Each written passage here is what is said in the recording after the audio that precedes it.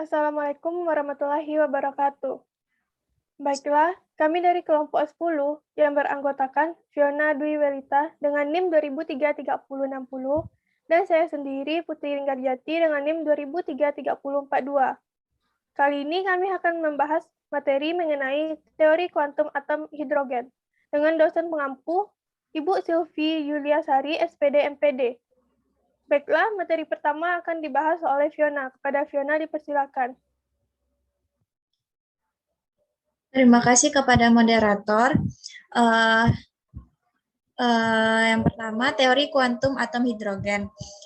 Yang pertama, pengenalan persamaan Schrödinger. Persamaan Schrödinger diajukan pada tahun 1925 oleh fisikawan Erwin Schrödinger dari 1887 sampai 1961.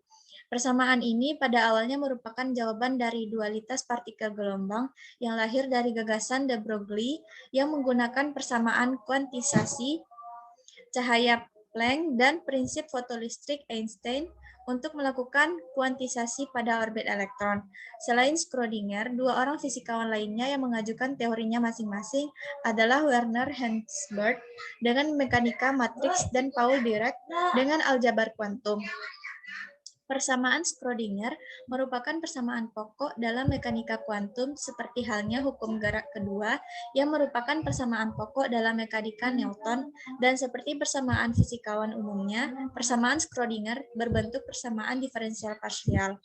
Persamaan diferensial parsial dapat diubah menjadi sistem persamaan diferensial biasa dengan menggunakan teknik pemisahan variabel. Yang kedua, persamaan Schrödinger atom hidrogen. Dalam mempelajari fisika kuantum, ada 3 azas yang harus kita ketahui, yaitu yang pertama, azas tentang pendeskripsian keadaan sistem, yang kedua, azas tentang pendeskripsian besaran fisis, yang ketiga, azas tentang pengukuran beserta aspek-aspeknya. Tetapi ada satu lagi azas yang harus kita pahami, yaitu azas tentang perubahan sistem terhadap waktu. Azas ini juga digunakan untuk mendapatkan fungsi gelombang. Fungsi gelombang tidak hanya bisa dibangun dengan menggunakan hipotesis de Broglie semata. Untuk mendapatkan fungsi gelombang pada tahun 1926, Edwin Schrödinger telah berhasil merumuskan caranya. Atas karyanya itulah formula yang dirumuskan oleh Schrödinger itu dinamai dengan persamaan Schrödinger. Persamaan Schrödinger haruslah merupakan persamaan diferensial parsial. Itulah yang menjadi petunjuk umum untuk mendapatkan persamaan Schrödinger. Berdasarkan asas tentang pendeskripsian keadaan sistem, yaitu keadaan sistem dideskripsikan sebagai fungsi gelombang C, X, T. Dari situ kita dapat petunjuk bahwa fungsi gelombang C, X, T yang dihasilkan oleh persamaan Schrödinger harus dapat kita gunakan untuk mengetahui berbagai nilai besaran fisik yang dimiliki sistem. Kemudian pada sistem konservatif berlaku hukum kekekalan energi, yaitu jumlah energi kinetik ditambah dengan energi potensial bersifat kekal. Artinya, tidak bergantung pada waktu maupun posisi. Secara matematis, hukum kekekalan energi dapat kita tulis sebagai berikut. P kuadrat per 2M ditambah Vx sama dengan faktor E, M kuadrat P kuadrat. Berdasarkan asas pendeskripsian besaran fisis, persamaan operatornya adalah P kuadrat per 2M tambah V faktor X sama dengan faktor E. Dalam ruang posisi, cara kerja operator faktor P dan V faktor X telah kita ketahui bahwa faktor P sama dengan min E, faktor E, H, dan V faktor X sama dengan Vx. Jika diganti persamaan 1,2 dengan persamaan di atas, kemudian kita kalikan dengan fungsi gelombang Cxt, maka akan dihasilkan persamaan sebagai berikut. Sejauh ini, kita belum mengetahui cara kerja operator faktor E terhadap fungsi Cxt. Oleh sebab itu, kita harus menemukan cara kerja operator faktor E tersebut. Untuk keperluan ini, kita gunakan asas pengukuran khususnya yang berhubungan dengan dampak pengukuran terhadap keadaan sistem. Kemudian, yang ketiga, persamaan Schrödinger bebas waktu sistem atom hidrogen. Persamaan Schrödinger merupakan persamaan diferensial parsial. Persamaan diferensial parsial dapat diubah menjadi sistem diferensial biasa dengan menggunakan teknik pemisahan variabel. Untuk itu, fungsi gelombang Cxt kita nyatakan sebagai perkalian fungsi posisi. Misalnya Cx dan fungsi waktu misalnya Ft, jadi Cxt sama dengan Cx Ft. Dengan cara persamaan ini, persamaan Schrödinger menjadi persamaan sebagai berikut. Kemudian, selanjutnya saya kembalikan kepada moderator.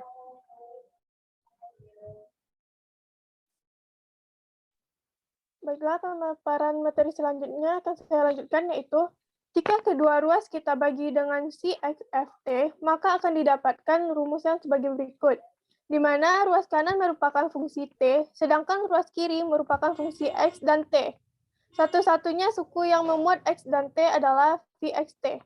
Ini berarti bahwa pemisahan variabel akan berhasil jika V hanya bergantung pada X saja, atau hanya bergantung pada T saja.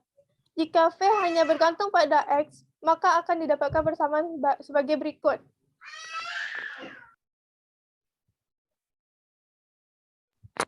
Selanjutnya itu ruas kiri merupakan fungsi X saja, sedangkan ruas kanan merupakan fungsi T saja. Jadi, persamaan tersebut menyatakan suatu fungsi yang hanya bergantung pada X dan T saja. Di mana kesamaan semacam ini hanya terpenuhi untuk semua X dan T jika masing-masing ruas berupa suatu tetapan, yaitu suatu bilangan yang tidak bergantung pada X dan T. Arti fisik dari tetapan ini adalah dapat didedukasi sebagai berikut, di mana suku kedua sebelah kiri adalah energi potensial. Oleh karena itu, suku-suku lainnya, baik yang di ruas kiri maupun ruas kanan, juga harus berdimensikan energi. Karena ruas kiri persamaannya menyatakan jumlah energi kinetik ditambah energi potensial, maka tetapan yang digunakan nantinya juga memiliki arti fisik sebagai energi total, atau Hamilton system, dan kita lambangkan dengan E.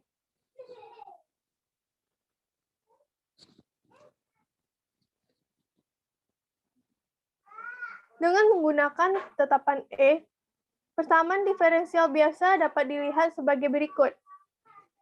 Penting untuk kita ketahui bahwa persamaan Schrödinger bukan berarti versi jenis lain atau persamaan Schrödinger, melainkan hanya berupa persamaan yang digunakan sebagai tahapan untuk menyelesaikan permasalahan Schrödinger.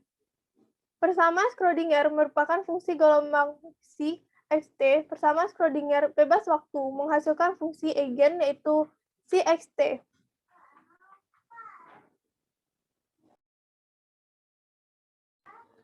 Selanjutnya, atom hidrogen terdiri dari sebuah proton, partikel yang bermuatan listrik, positif elektron, dan sebuah elektron partikel yang bermuatan negatif yang 1836 lebih ringan dari proton. Untuk kemudahan, kita akan menganggap proton diam dengan elektron bergerak di sekelilingnya, tetapi dicegah untuk melarikan dirinya oleh medan listrik. Seperti dalam teori Bohr, koreksi gerak proton yang dilakukan dengan mengganti massa elektron dengan massa terduksi yang dinyatakan dalam persamaan berikut, di mana M aksen sama dengan M kecil dikali M besar, dibagi dengan M kecil ditambah M besar.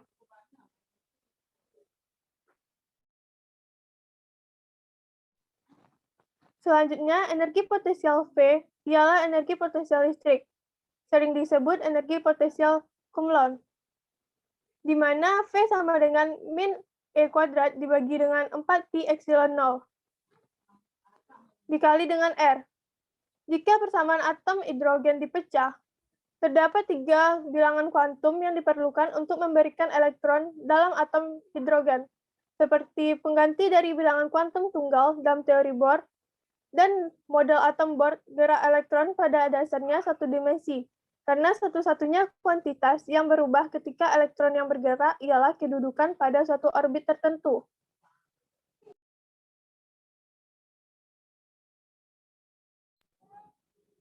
Satu bilangan kuantum sudah cukup untuk menetapkan keadaan elektron seperti itu.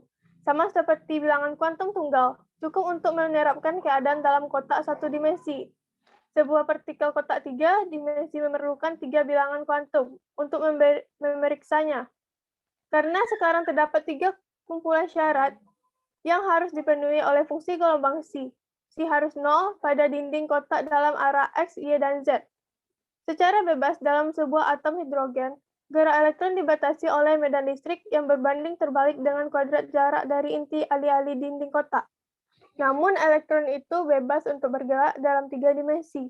Sedangkan tidak mengejutkan bahwa dalam hal ini diperlukan juga 3 bilangan kuantum yang timbul dari solusi persamaan atom hidrogen bersama dengan harga-harga yang ia mungkin miliki, di mana bilangan kuantum utama yaitu N dengan harga 1, 2, atau 3, dan seterusnya. Yang kedua itu bilangan kuantum orbital, di mana dilambangkan dengan I, di mana harganya itu 0, 1, 2, dan seterusnya. Sementara bilangan kuantum magnetik atau M dimulai dari 0, positif atau negatif 1, positif atau negatif 2, dan seterusnya. Bilangan kuantum utama menentukan energi total elektron dan bersesuaian dengan bilangan kuantum dalam teori Bohr. Bilangan kuantum orbital menentukan besar momentum sudut elektron terhadap inti. Dan bilangan baiklah, sekian pemaparan materi dari kelompok kami. Jika ada kata yang salah, saya mohon maaf. Assalamualaikum warahmatullahi wabarakatuh. Waalaikumsalam warahmatullahi wabarakatuh.